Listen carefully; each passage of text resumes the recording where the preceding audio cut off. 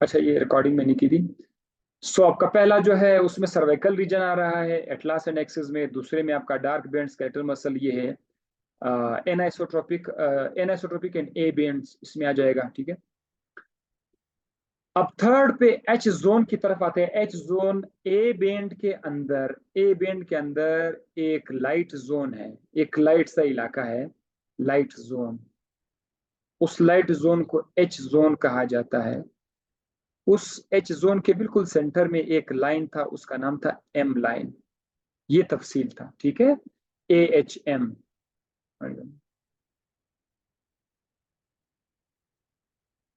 ए H M, इसके लिए बोला जाता है ए बैंड के लिए। सो एम लाइन सही है। अब यहाँ पर आप लोगों ने क्या, lighter region within A band contains M line, ये करेक्ट है। बाकी lighter region within I band, यहाँ से सुन के ही गलत हो जाएगा, विद इन आई बैंड नहीं है। लाइटर रीजन तो है ए बैंड के अंदर, इन कंटेंट जेड लाइन नहीं, जेड लाइन नहीं है। जेड लाइन जो है वो फिर उसमें है, आई बैंड के अंदर आ रहा था। Lighter region within I band and I contain M line, ये भी नहीं आ रहा है। So A is the correct option. इस तरह की एमसीक्यूज लाने का मकसद ये है कि स्टूडेंट को पता चले कि आपने सिर्फ याद करोगे तो उसे फायदा नहीं होगा। आपने टॉपिक याद भी किया हुआ है, फिर भी देखो हम ऐसे मिक्स एमसीक्यूज बना लेते हैं। ये अगर किसी स्टूडेंट ने पढ़ा है वो तो कर सकता है, बाकी जितने गुजारा पढ़ा है वो नहीं कर सकता। ये वाला वो नहीं कर सकते हैं। वो ए बिन और आई बिन के अंदर मिक्स हो जाएगा।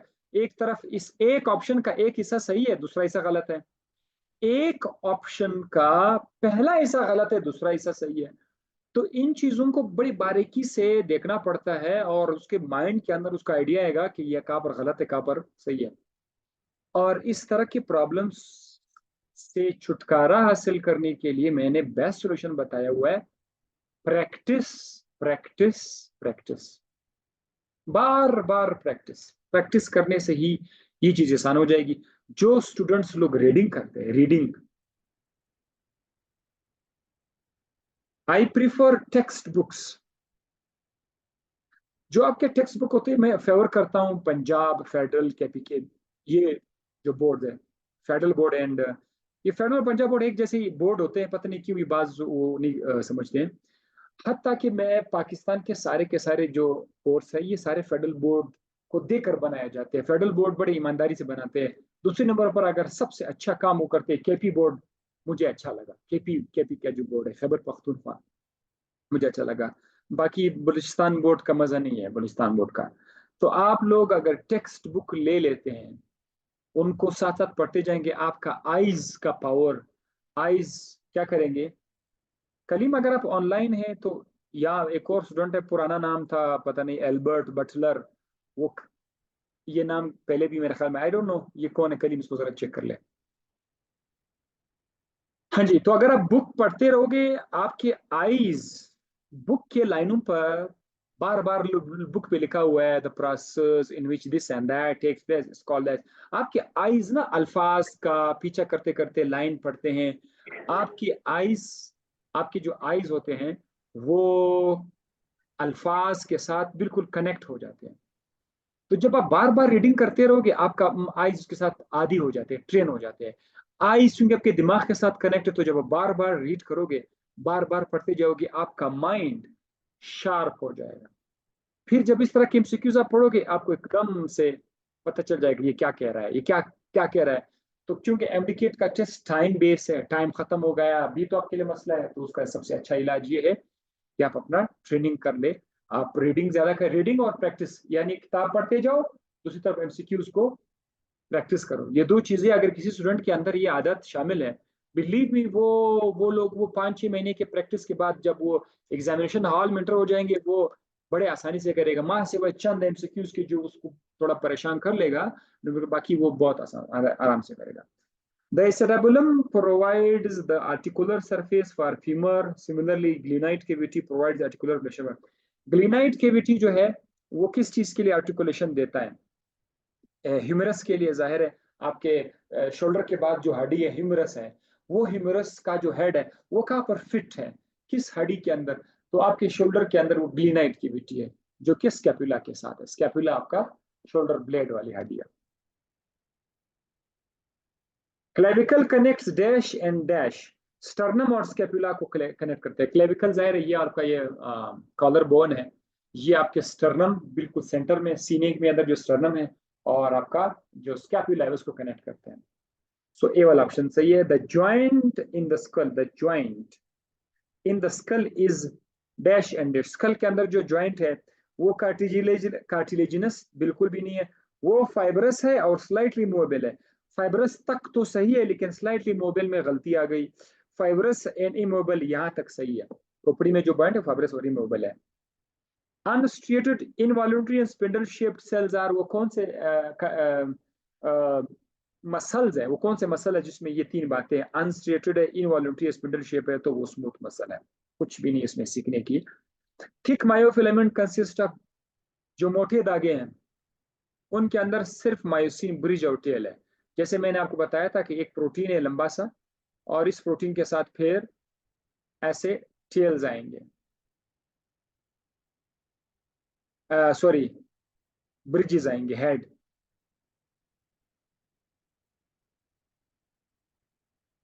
तो ये वाला जो हिस्सा है ये इसका टेल कहलाएगा, बाकी जो है वो हेड कहलाएगा या ब्रिज कहलाएगा।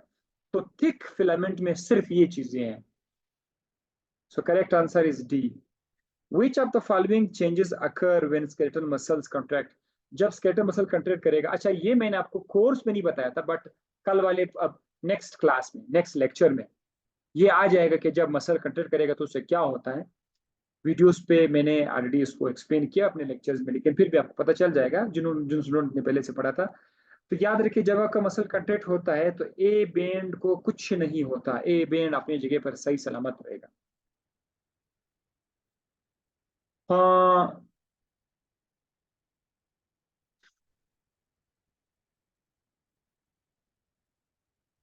अच्छा, ए बैंड को तो कुछ नहीं होगा, आई बैंड छोटा हो जाएगा, सो आई बैंड शॉर्टन, ये सही है, आई बैंड छोटा हो जाएगा। जेड लाइन एक दूसरे के करीब आएंगे, बिल्कुल जेड लाइन आपको पता है, आई बैंड, एक आई बैंड और दूसरे आई बैंड के दरमियान जो फासला है जेड लाइन कहलाता है, जेड लाइन के दरमियान फासला सार्कोमेर कहलाता है। तो जेड लाइन बिल्कुल एक दूसरे के करीब आएंगे। एच जोन जाहिर हो जाएगा, एच जोन गायब हो जाएगा, यहाँ पर विजिबल लिखा हुआ है तो ये रिजेक्ट कर लेते हैं। बोथ बी एंड सी, ये वाला ऑप्शन सही है, बी और सी वाला ऑप्शन सही है, यानी ई सही है। The bone which corresponds to the femur in the leg is, जिस तरह लेग के अंदर फीमर है उस तरह हाथ के अंदर ह्यूमरस है।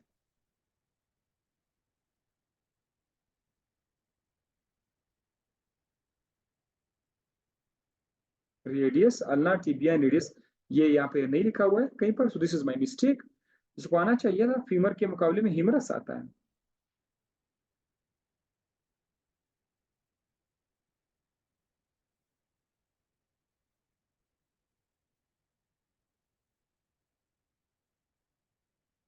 ह्यूमरस, कि जिस तरह लेग के अंदर फीमर आ रहा है उस तरह से हाथ के अंदर जो है कौन सा उसे मैच करता है, वो ह्यूमरस है। Otherwise correspond to the femur in the leg is, यहाँ से अब आप क्या वो बना सकते हैं कि लेग के अंदर वो कॉरेस्पॉन्ड कर रहा है, तो फीमर के बाद जाहिर है वो टिबिया एंड फिबुला दोनों हैं, अब रेडियस के साथ तो नहीं आ रहा। ठीक है, सो दैट वो यहाँ पर ह्यूमरस का ऑप्शन आना चाहिए था। आपका जो भी ऑप्शन है इसको आप करेक्ट कर दे, जो भी आप अपने आपको नंबर दे दे बोनस में, ये ले लो। Muscle fibre membrane infolds deep down inside the cell into and makes, muscle muscle के ऊपर जो मेम्ब्रेन है, मसल पर वो अंदर की तरफ आके क्या बना रहा था, एक सुराख बनाया था उसने और एक ट्यूब्यूल बनाया था।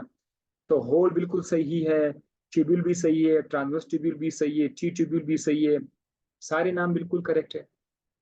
हम उसको आल ऑफ द अबव कह देंगे। ठीक है, यहां से आप ये भी कह सकते हैं अगर आपको होल पे शक है, चलो आपको होल पे, यार पता नहीं होल हमने पढ़ा ही नहीं था, किताब में है ही नहीं। ट्यूब्यूल आपको थोड़ा शक है, लेकिन आपको इतना तो यकीन है कि एक नाली बनती थी, उस नाली का नाम है ट्रांसवर्स ट्यूब्यूल। इस पे तो स्टूडेंट ने जो पढ़ा होगा वो तो करेक्ट कर लेगा। साथ ही साथ ट्रांसवर्स ट्यूब्यूल को हम लोग ट्यूब्यूल भी तो कहते हैं ना। तो जब दो ऑप्शन आ गए तो आपने ढूंढना है बोथ सी एंड डी कहीं पे लिखा होगा। अगर बोथ सी एंड डी लिखा होगा ऑल ऑफ द अबव करना होगा। ऑल ऑफ द अबव से ये होगा कि इसका मतलब है कि होल भी सही है, सुराख भी तो बन रहा है ना उस मेम्ब्रेन के अंदर जब ये इनवर्ट फोल्ड करता है। So the correct option is E. Triad refers to, triad किसे कहते हैं? याद रखिएगा, जो क्लास मैंने आपको इससे पहले पढ़ाया था 2 दिन पहले, जो मैंने आपको क्लास पढ़ाया था उसमें मैंने ट्राइड का जिक्र किया तक नहीं था। लेकिन जब मैं एमसीक्यूज बना रहा था तो एमसीक्यूज बनाते वक्त ट्राइड मेरे सामने आ गया। यही तो वजह है जब आप स्टूडेंट के साथ आप एमसीक्यूज टेस्ट देते हो तो वो छोटे छोटे टॉपिक्स जो किताब में इधर उधर मिस हो जाते हैं वो एमसीक्यूज के दौरान आ जाते हैं। ये सबसे बड़ा फायदा है। अब ट्राइड उधर आपने पढ़ा नहीं था, डोंट वरी, अब टेस्ट के अंदर आ रहा है। ट्राइड क्या है? वो टी ट्यूब्यूल, मेम्ब्रेन के अंदर जो टी ट्यूब्यूल है जब वो नीचे की तरफ आ जाती है, साथ यहाँ पर एक एंडोप्लाज्मिक रेटिकुलम है ई आर, यहाँ पर ई आर एंडोप्लाज्मिक रेटिकुलम। सो राइट लेफ्ट साइड पर 3 चीजें आ रही है, दैट इज कॉल्ड ट्राइड। ठीक है, ट्यूब्यूल के राइट लेफ्ट पे 3 चीजें, this is tried. So tried का क्या होगा? ट्यूब्यूल एंड सार्कोप्लाज्मिक रेटिकुलम, ये सही होगा। सार्कोप्लाज्मिक रेटिकुलम मसल के अंदर एंडोप्लाज्मिक रेटिकुलम का नाम है, तो ये आपका सार्कोप्लाज्मिक रेटिकुलम है। Compact and spongy bone are the parts of, compact and spongy bone जो है वो एंडोऑस्टियम का हिस्सा है। बोन के ऊपर एक ऊपर वाला है, एक नीचे वाला जो एंडोऑस्टियम है। पीरियोस्टियम के बाद जो एंडोऑस्टियम है ये उसका हिस्सा है, compact and spongy bone. These are bones dissolving cells, जो बोन को बनाते हैं, सॉरी जो बोन को खाते हैं, डिसॉल्व करते हैं, वो ऑस्टियोक्लास्ट हैं। वो ऑस्टियोक्लास्ट है। ब्लास्ट बनाते हैं, ब्लास्ट ऐसा लगता है जैसे कि वो धमाका करके खराब करते हैं, नहीं, ये बनाते हैं ब्लास्ट। ब्लास्ट बनाने वाले सेल्स हैं। ऑस्टियोसाइट तो बालेग सेल है, कंड्रोसाइट तो कार्टिलेज के हैं। विच of the following bone is paired, कौन सी हड्डियां जोड़े की शक्ल में है? अकेला है, अकेला है, अकेला है, इथमाइड, ये जोड़ों की शक्ल में। आप लोग साथ एमसीक्यूज पे गौर क्या करें कि किस तरह एमसीक्यूज आएंगे बोन वाले चैप्टर से। इस तरह आ सकते हैं, कौन अकेला है कौन पेयर है, तो इसके डालने का ये मकसद था। Which of the following bones are unpaired, अब इसमें से सिंगल कौन है? Lacrimal, nasal, inferior nasal concha, vomer, ये सारे के सारे पेयर्ड है। वोमर जो है वो सिंगल बोन है, अनपेयर्ड है। Phalanges of the left hand are, आपके टेस्ट में इस पे मेटाकार्पल्स लिखा था, metacarpals, that was typing mistake. वो मेटाकार्पल्स नहीं है, वो दरअसल फेलेंजेस है। फेलेंजेस में मैंने स्टूडेंट को ये धोखा देना था कि एक फिंगर में 3 हड्डियां हैं तो 5 में 15 हो जाएंगे, तो वो गलत हो जाता है। असल में 14 है क्योंकि इसमें 2 हड्डियां हैं, तो 14 is correct answer. The shaft region of the long bones in the forearm is dash joint. Forearm में 2 हड्डियां हैं, इन 2 हड्डियों के दरमियान जो ज्वाइंट है वो कौन सा ज्वाइंट है? वो है fibrous joint, that is fibrous joint.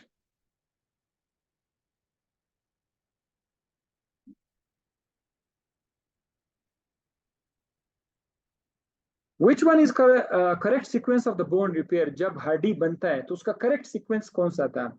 बोनी केलस इधर गलत, हेमाटोमा ये वाला सही है। हेमाटोमा से स्टार्ट जो हो रहा है बी एफ सी सही होगा। हेमाटोमा के बाद बोनी केलस, बोनी केलस गलत है। हेमाटोमा के बाद सॉफ्ट केलस बनेगा, फिर बोनी केलस बनेगा, फिर रिमॉडलिंग बनेगा। So C is the correct option. Synovial fluid is secreted from synovial membrane, तो बहुत सिंपल था, साइनोवियल मेम्ब्रेन से फ्लूइड बन जाता है। What is the basic structure and function unit of the skeletal muscle, skeletal muscle का structural या function unit क्या था? 2 जेड लाइन के दरमियान, एक जेड लाइन और दूसरे जेड लाइन के दरमियान जो फासला है उसका नाम था सार्कोमियर, और sarcomere he structure and function unit है। Which protein is primarily responsible for the contraction of skeletal muscle? skeletal muscle के कंट्रक्शन में कौन सा प्रोटीन का किरदार है? हेमोग्लोबिन गलत, हेमोग्लोबिन वो आरबीसी के अंदर ऑक्सीजन ले जाता है। मायोसिन करेक्ट है, इलास्टिन नहीं है, कोलेजिन नहीं है, B is correct. What is the name of the connective tissue that surrounds individual muscle fiber? एक मसल फाइबर के आसपास जो पर्दा था उसका नाम क्या था? आपने याद किया था? इपीमाइशियम, पीरीमाइशियम, लास्ट में जो था एंडोमाइशियम, वो सेल फाइबर के ऊपर था। So endomysium is the correct option. अच्छा, and then we have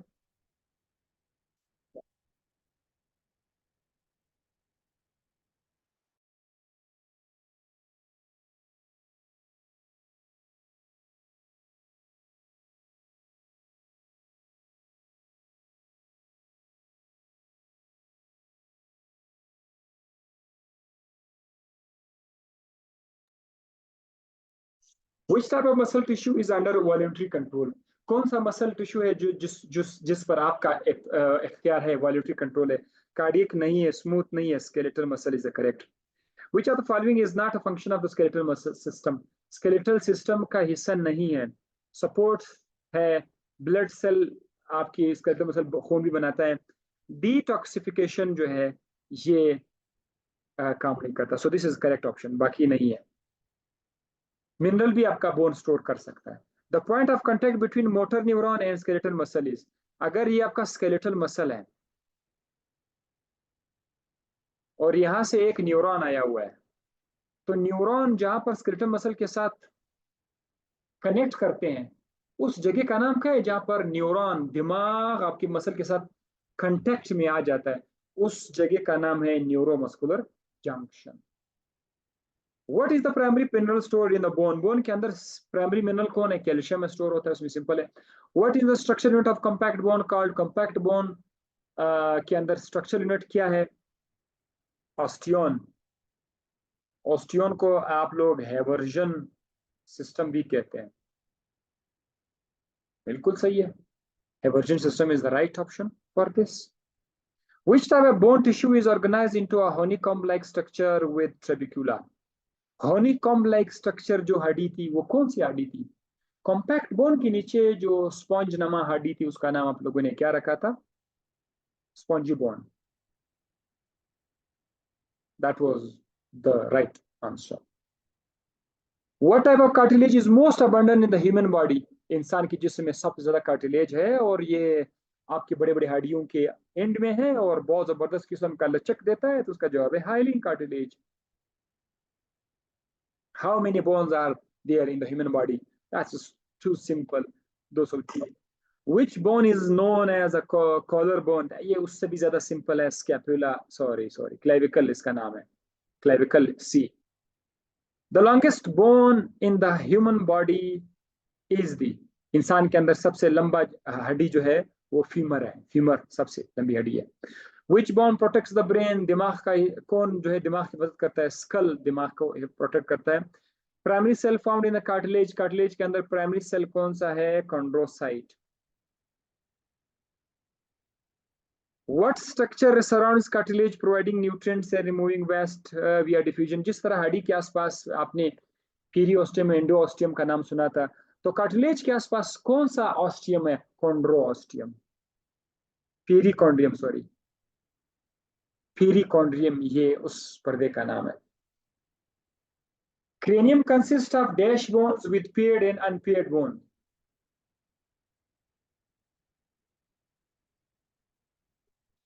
cranium के अंदर 8 हड्डियां हैं जिसमें से 2 पेयर्ड है और 4 अनपेयर्ड है, तो ये वाला ऑप्शन सही है.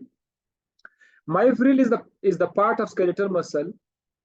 It consists of myofilament. Myofril जो है इसका स्केलेटल का मसल, इसके अंदर क्या चीजें हैं? मायोफिलामेंट इसके अंदर है, या मसल फाइबर्स है इसके अंदर, या सार्कोलिमा है, या माइक्रोट्यूब्यूल्स है.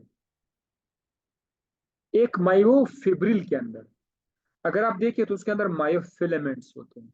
मायोफिलामेंट्स आप बेशक बाद में ये उस पर देख सकते हैं कि एक का नाम है एक्टिन, दूसरे का नाम है मायोसिन. मायोसिन पतले धागे, सॉरी मायोसिन थिक धागे, और एक्टिन थिन. यहां तक आप देख सकते हो. मायोफिलामेंट्स का करेक्ट आंसर है. बाकी मसल फाइबर नहीं है और सार्कोलिमा भी नहीं है और वो भी. The lighter zone within a band that contains myosin only is known as. Time भी खत्म होने वाला है, मैं आपको दोबारा लिंक शेयर कर दूंगा.